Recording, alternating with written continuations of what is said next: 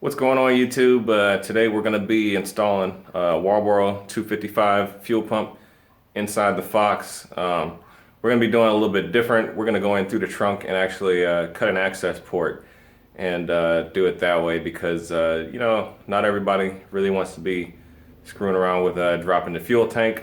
And we're going to do something that's a little bit easier and a little bit more accessible. So the first thing you're going to do is open up your trunk. Come in the back and remove any rodents that your cat may have left in there for you.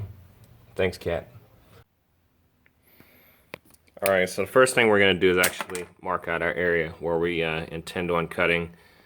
You actually need to have a large enough hole so that you can actually pull that unit out, which you'll be seeing in a minute. So we're going to come to about this line here. Let's make a dot there. Will probably come out about this wide, and up to here.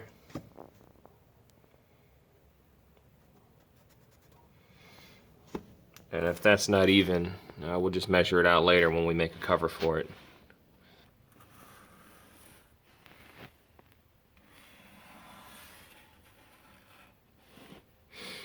Alright, so the next thing you're going to want to do is to undo your the tape from this wire here.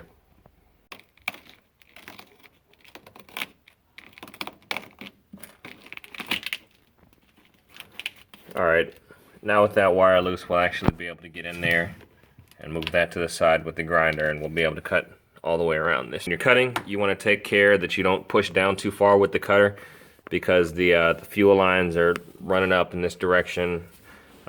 And they could be pretty close to this surface on the other side, so you don't want to hit those fuel lines. They're rubber fuel lines, so you could always replace them if you do hit them, but it's better just to save yourself the trouble and just be careful. If you want to see what your clearance is like, you can actually take a look right underneath the car and actually see how close they are sitting.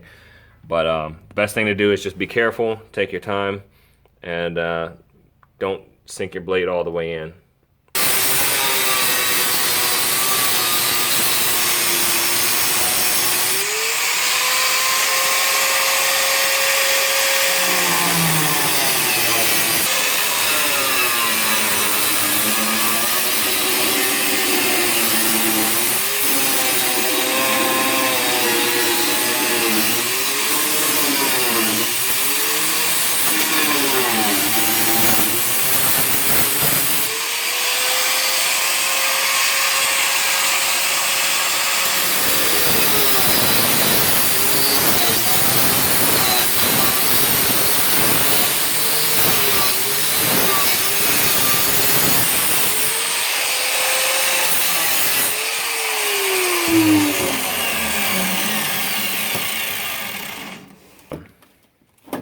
Yeah, so that pops out like that.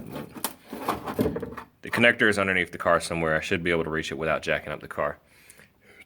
This wire actually leads underneath, directly underneath the bumper. And you can see it sitting right here. It was pinned up right here, but I pulled it down, and we can secure that later. Okay, so here it is disconnected.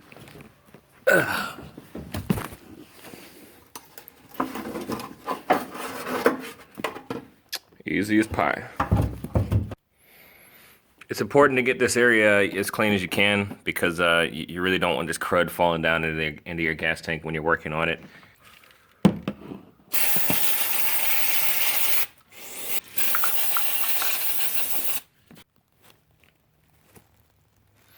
Okay, so for these quick disconnects, you're going to want to actually pull this plastic tab out from the hose. I don't know if it's supposed to come all the way out. I don't think it is, but we'll have to put this one back in. Just be careful not to break it.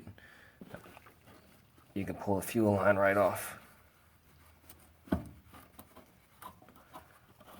Push that to the side. Okay, so the second line is a little bit different. It's got some kind of safety release on it, and you're supposed to use a special tool to get that off. But since we don't have it, and I'm not going to go buy one right now because it's 10 o'clock at night, you can actually make one using a Sharpie cap or a pen cap. So what we're going to do is we're going to trim this pin cap down, we're going to cut it, and we're going to insert it over top of this line. And that's going to go inside of that fitting and actually release that locking mechanism. Alright, so we've got the pin cap cut and it's sitting over top of the line, and it's actually fit inside of the line here. So what we're going to try and do is push these together, get the pin cap to release these clips.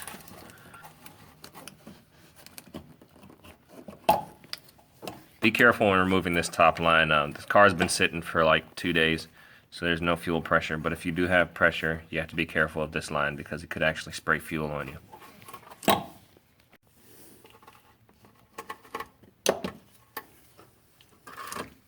Okay, now that I've got everything disconnected, I'm going to scrape up as much crud as I can just to break it loose. And then I'm going to hit it with a vacuum just to try and keep some of this dirt from going into the gas tank.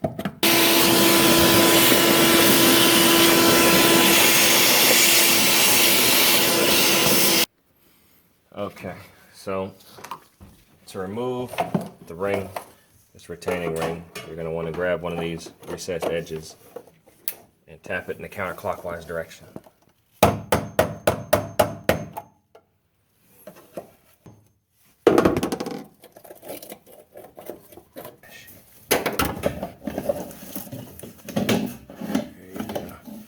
So to get it out, you want to tilt it back towards you, towards the rear of the car, and snake it out.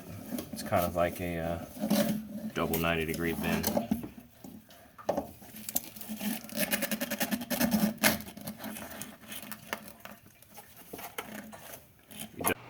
Okay. Alright, so what we have here is the fuel pump assembly, and we're just going to actually take this apart and swap out the fuel pump. If you've gotten yourself this far, there's nothing really special here that I'm showing you that you won't be able to figure out yourself. You just got to take the screws off. There's a really tiny socket. I don't know what size this is. And you're actually going to bend these out. Disconnect the wires. If your fuel tube right here is dried out, you're going to want to replace it. I'm going to keep mine because this thing looks shady right here. Even though you can use it, but I'm going to keep mine. If you replace that, fuel pumps usually come with new wires. You can replace those if you want to. But basically, you pull the old pump out and put the new pump in its place, and then put your filter down at the bottom. Okay. Alright, so the fuel pump is almost off. I've disconnected the electrical leads. The new leads are actually, so since this one has a plug, it's going to plug in here, and I'm actually going to have to splice these wires in somehow. It's not really that big of a challenge to do that. Note that I do have my fan here because this gasoline smell is extremely strong, and I don't want to end up passed out on the floor. So here's the old fuel pump disconnected. I took off, this washer used to be on here. I'm putting that on here, and I'm going to end up putting everything back into this unit just the same way that I took it out. Everything's going to connect up the same way. Alright, so we've got the new fuel pump all wired up and inside the unit. First of all, what we're going to do is we're actually going to test fire this pump because you can actually end up with a brand new pump that doesn't work. So we're just going to connect this up to the electrical connectors. We're going to turn the key to position 1 and just listen for it to make a noise, and if it makes a noise, we should be good to go.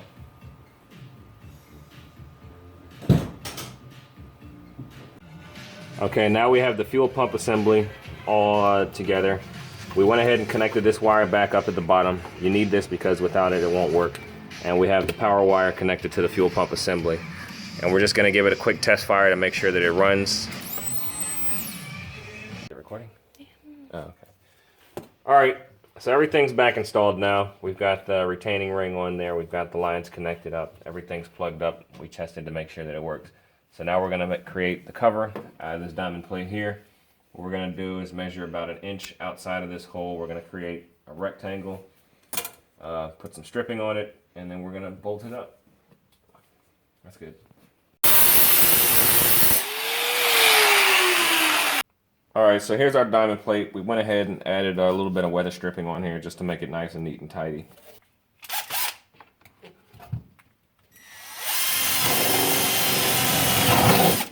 careful not to hit your gas tank when you do this.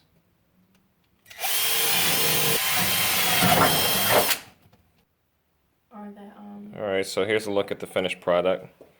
It's all sealed up now. I used 6 bolts to seal it. Forgive me for not creating a new grommet for this wire that goes underneath, but I just didn't feel like shaving all of that out. But it works. And that'll save you time from dropping the tank and the exhaust and the fuel filler neck and all types of other things without having to, this is the easy way to do it. Have a nice day.